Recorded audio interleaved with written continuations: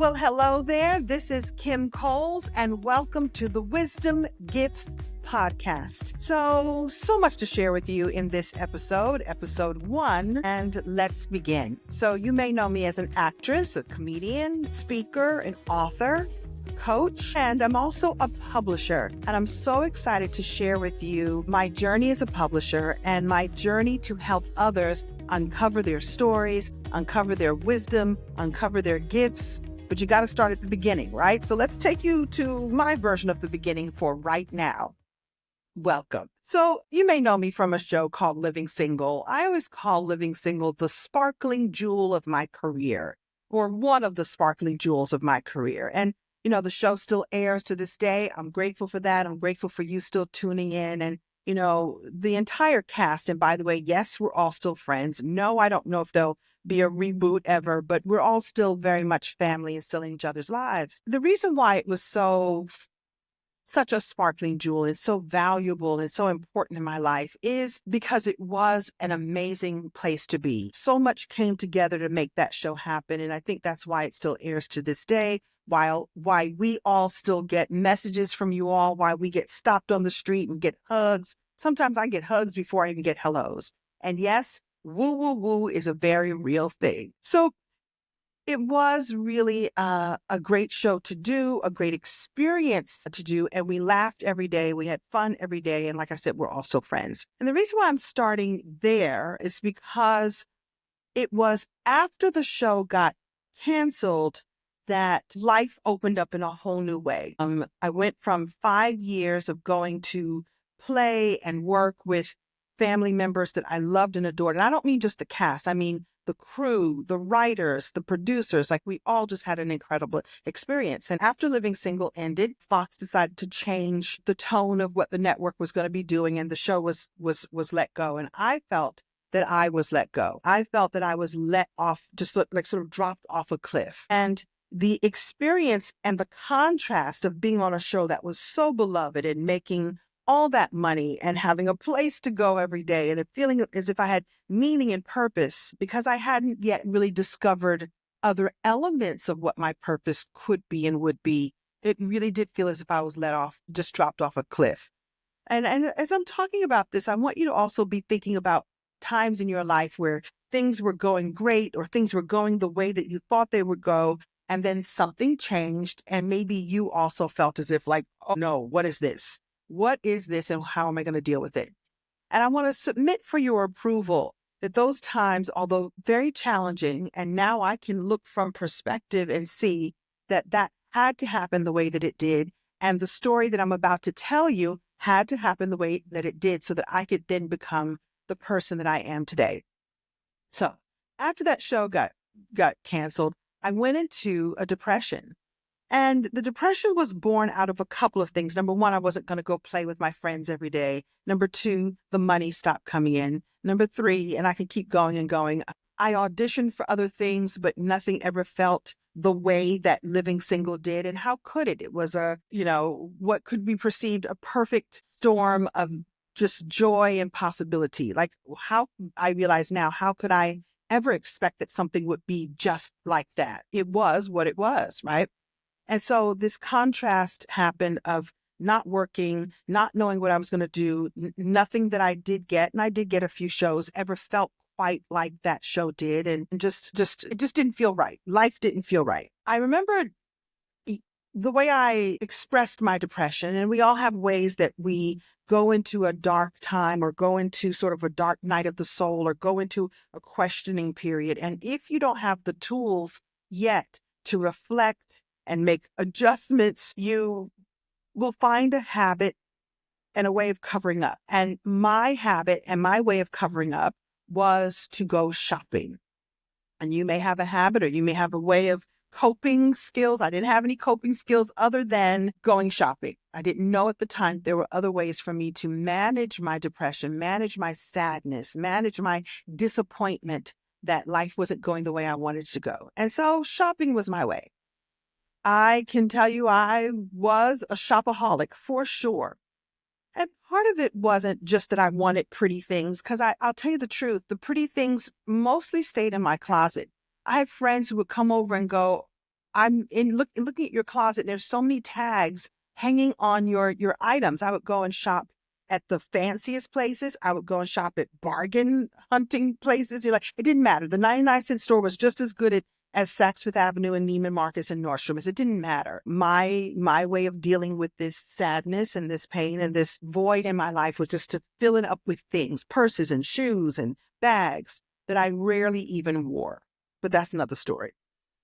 And so there came a point where, oh, and by the way, you may ask me, well, weren't you getting residual checks, Kim Coles? Yes, I was getting residual checks. Thank you for watching the show. Those checks were coming in. And you know what would happen? I would get a check in and immediately go shopping with it.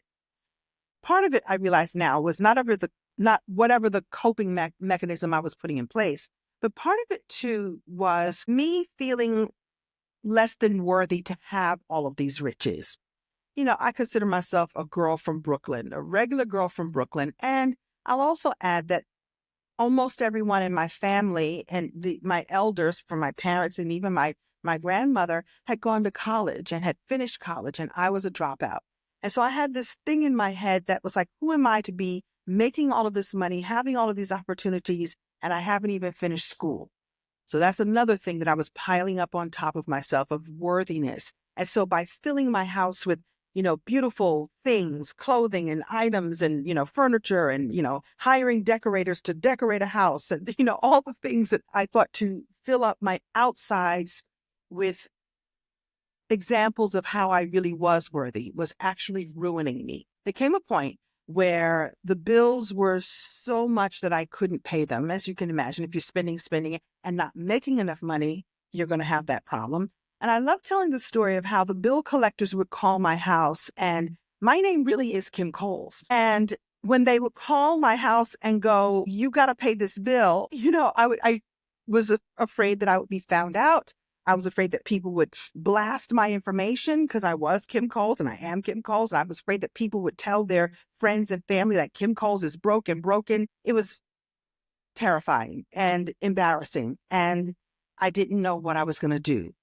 And I know that in the scheme of life and in the scheme of challenges in life, that this is not really the biggest of the biggest of the biggest. I was still healthy. I still had family that loved me. But for me, I felt buried and mired in debt, buried and mired in shame, buried and mired in sadness of not really living my life to the fullest. I couldn't figure out what else I was going to do because I was so focused on what am I going to do to keep a roof over my head because I'm shopping all my money away. And the bill collectors are calling my house and they know who I am. And I realized that relatively, it's not the most pain that someone could be in, but it was pain for me. And I realize now that the pain for me wasn't really the surface experience I was having. It was really much deeper, that I wasn't really connected to what I was really here to do. I had spent my 70s, I'm 60 at the time of this recording. So I spent my 70s watching lots of TV and saying, I don't know what that is, but I think that's what I want to do. And then I became a comedian. I was like, I don't know what this is, but I think this is what I want to do. So I focused my energy on not really knowing what it is, but just going for what it was and sort of finding my way as I went along and finding my way in show business and finding my way on TV, which is what I thought I always wanted to do, but not really feeling 100% connected that this is what it was. Just I fell into it. This is what I was going to do. And this is what I was doing. And once that was taken away, I knew that I needed to go deeper to really find my purpose. In the midst of this depression, and I love telling the story, I got down to what I call the 3 last payments that you must have. If you're living in Hollywood, I'll tell you the 3 most important payments you must have.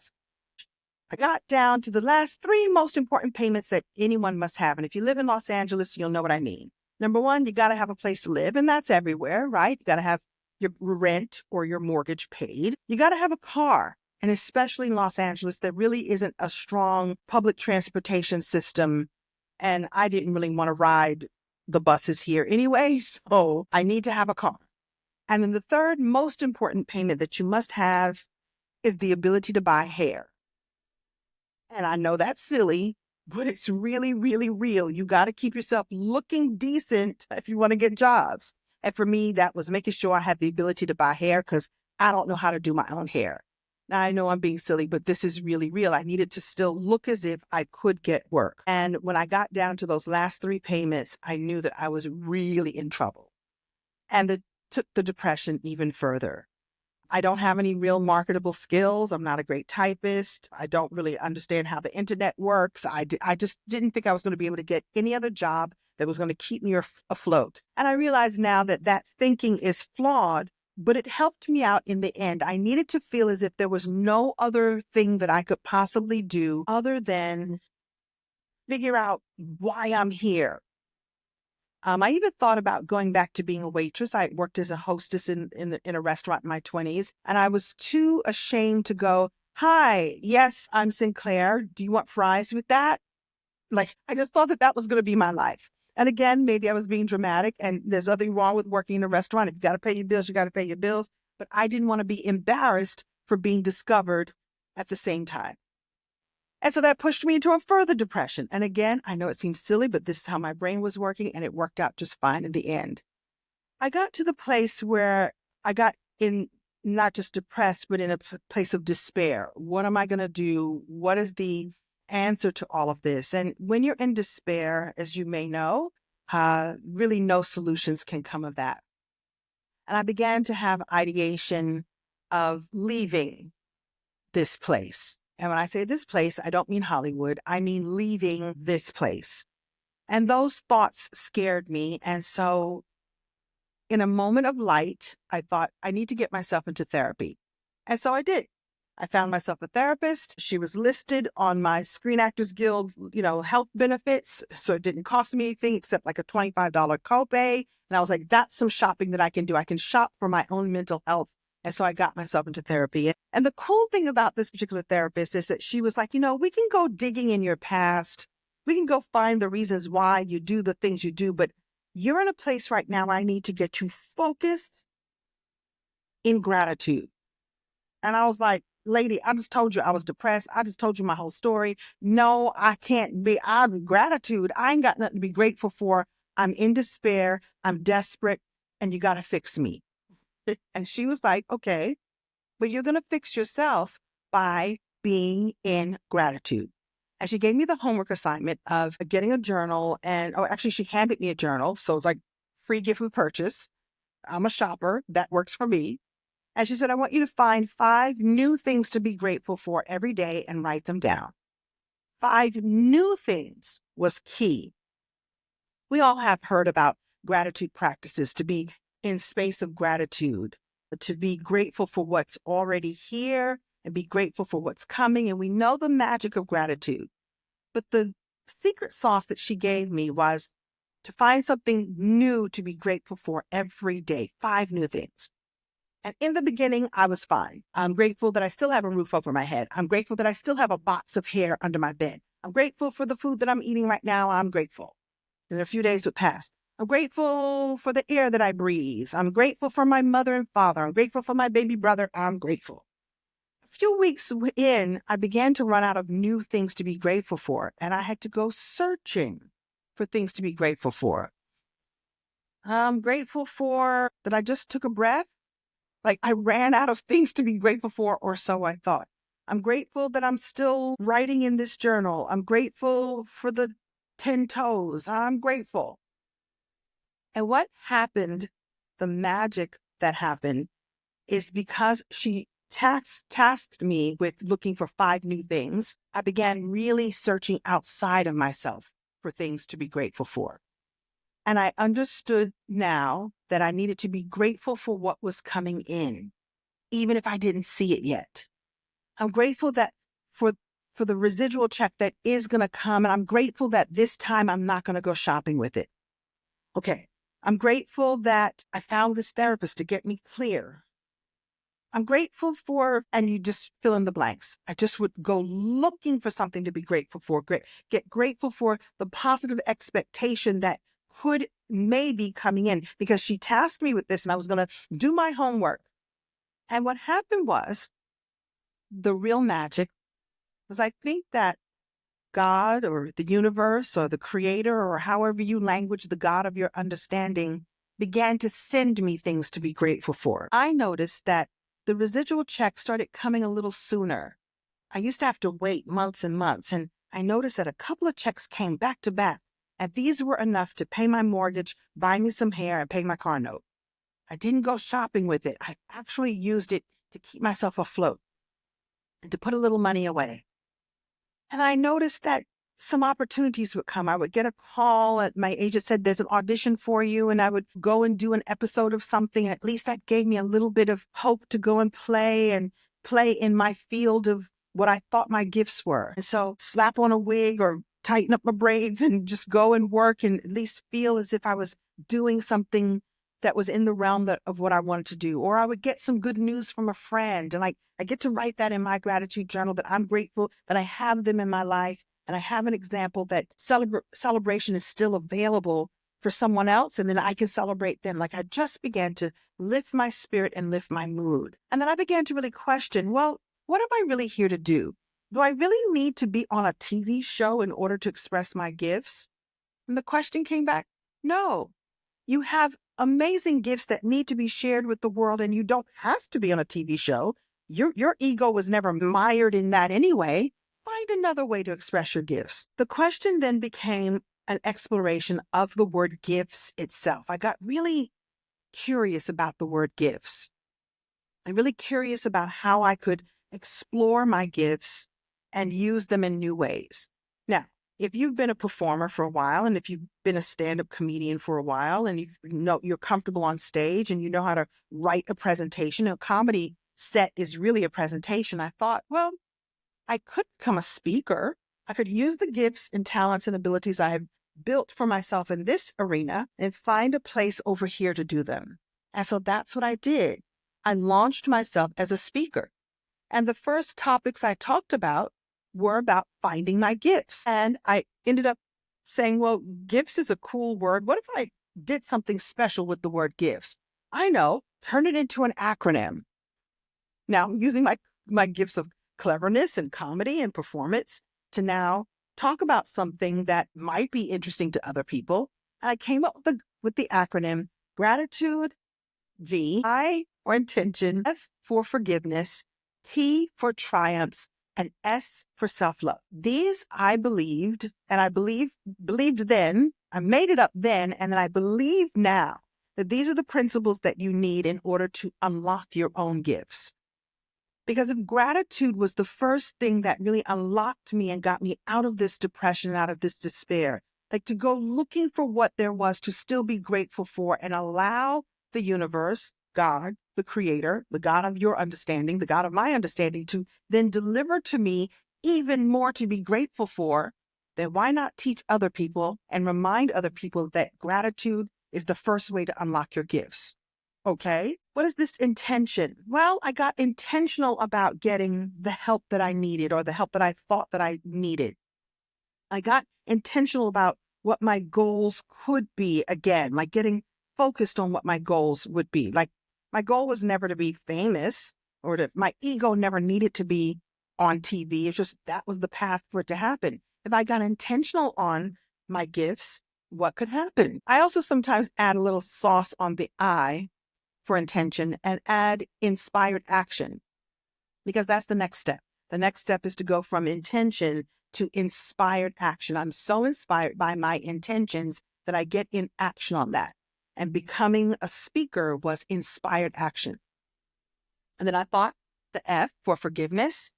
What did I need to do or to release or to become in order to really activate what was happening for me now and what would then continue?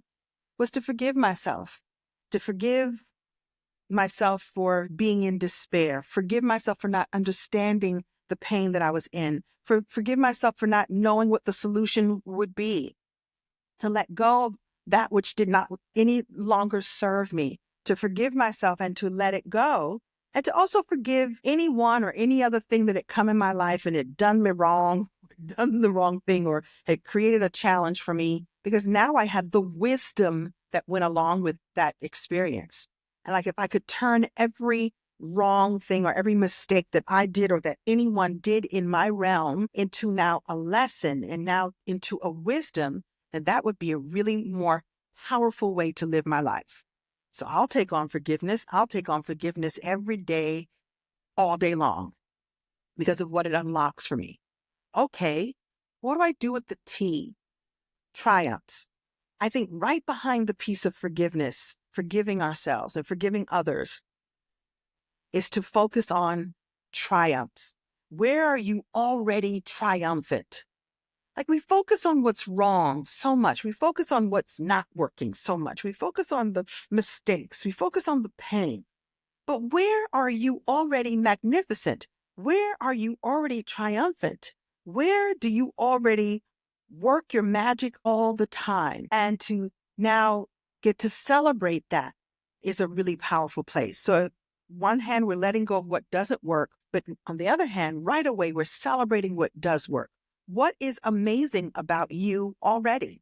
And when I began to focus on what was amazing about myself already, I could come from that place. Like I said, I really think it's a place of power. I could really step into that power and focus on those strengths. And I think a lot of times in society where we're taught to focus on our weaknesses and strengthen our weaknesses. What if we just strengthen our strengths? You get to be even more triumphant. You get to step more into the best version of you.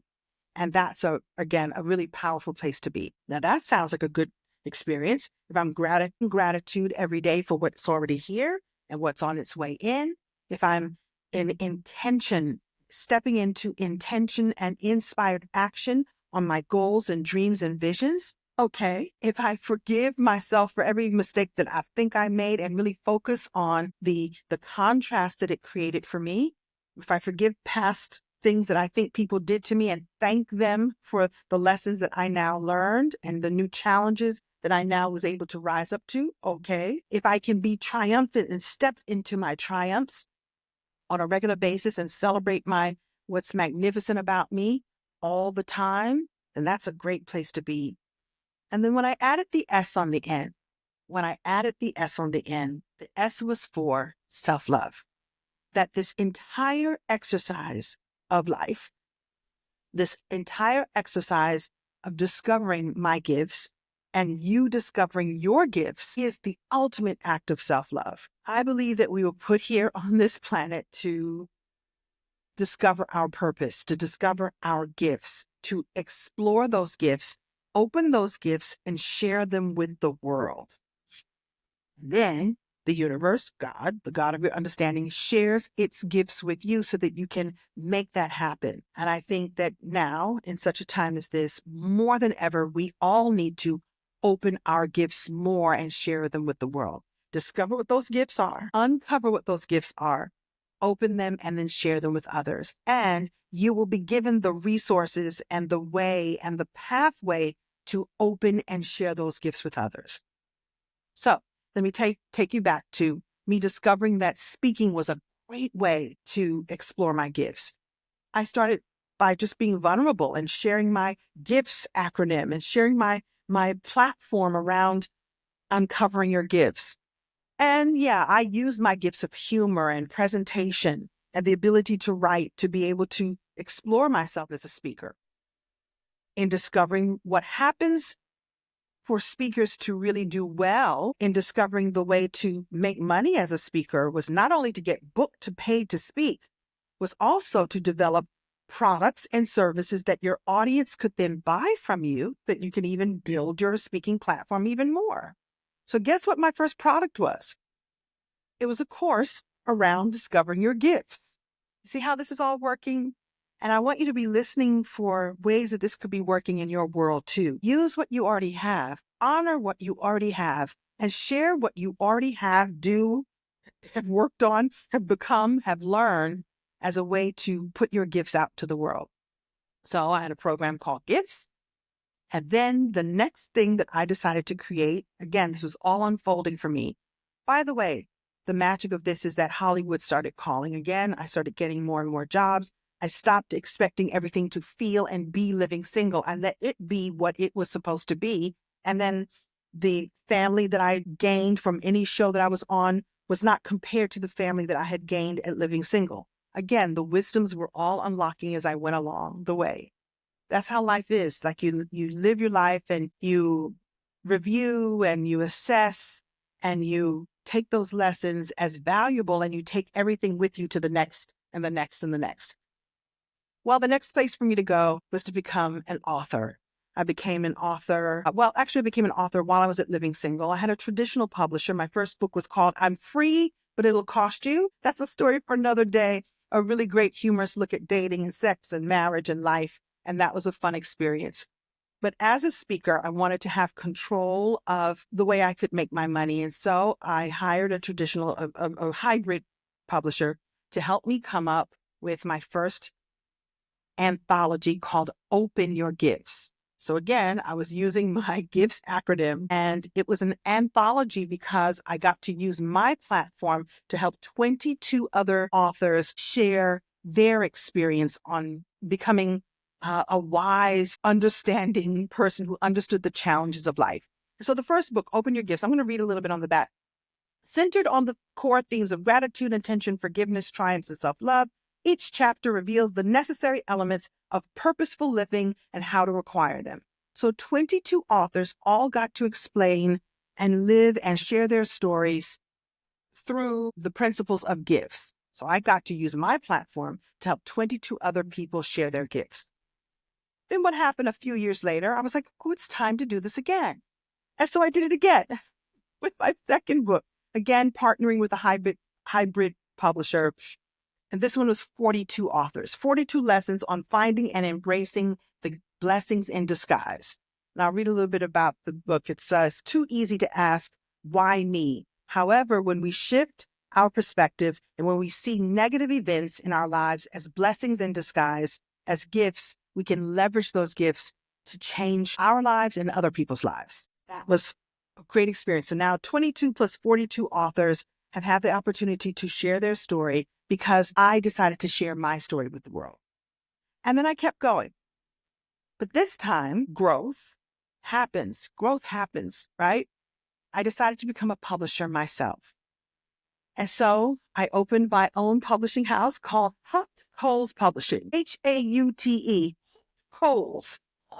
Coles Publishing. And it's one of one of the proudest moments ever in my life because I decided to take control myself and guide other people completely from start to finish on finding their story, uncovering their story, sharing their story, all through the lens of GIFTS. And so that's how Wisdom Gifts 1 came out, published by me. It's all about the wisdom. It's all about what we take and do with those lessons and do with those blessings and do with those experiences. And I now have come to understand and really feel deeply that that's how we build our legacy. We build our legacy by looking at all of our experiences and deciding to share our gifts in a really powerful way. And so one of my legacies now will be as a publisher of Coles Publishing. This book, Wisdom Gifts, had 30 authors in Wisdom Gifts 1. And we did a podcast, and you can watch that on this platform. All that's here for you too. And I get a chance to interview each of these amazing authors and find out more about why they became who they've become and why they're sharing their gifts with the world. And now it's time for Wisdom Gifts Book 2. I'm going to keep this going. And so you will also be watching the authors of Wisdom Gifts 2 in this podcast, each all going through the 5 elements and choosing the one that resonated the most with them. I let the authors choose, like, what resonates with you? Gratitude, intention, inspired action, forgiveness, triumphs, or self-love. You share your story with the world, and I will share your stories with the world with you. And so that's the beginning. And that's where we are right now with the Wisdom Gifts podcast. That's why this platform has been created, so that you too can hear and learn and experience the ways that you can use your wisdom to share with the world, the way you can open your gifts and share with others, the way that you can live your legacy now and leave your legacy beyond and beyond and beyond. What I'm going to do is make sure that there are resources here in the show notes if you want to learn more about how you can open your wisdom, open your legacy, share your gifts more with the world, because that's part of my legacy now. Absolutely. I love story.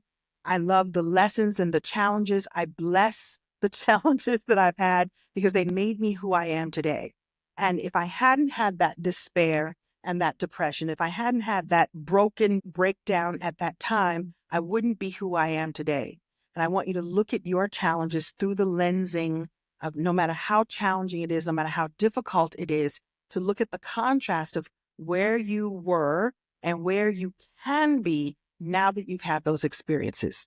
Hope you can click the show notes below to learn how you can explore more about your wisdom, your gifts, and your legacy. And welcome to the Wisdom Gifts podcast. I needed to give you a little bit of the beginning before you could take the journey with me. Thank you so much for being here. More to come. Bye for now.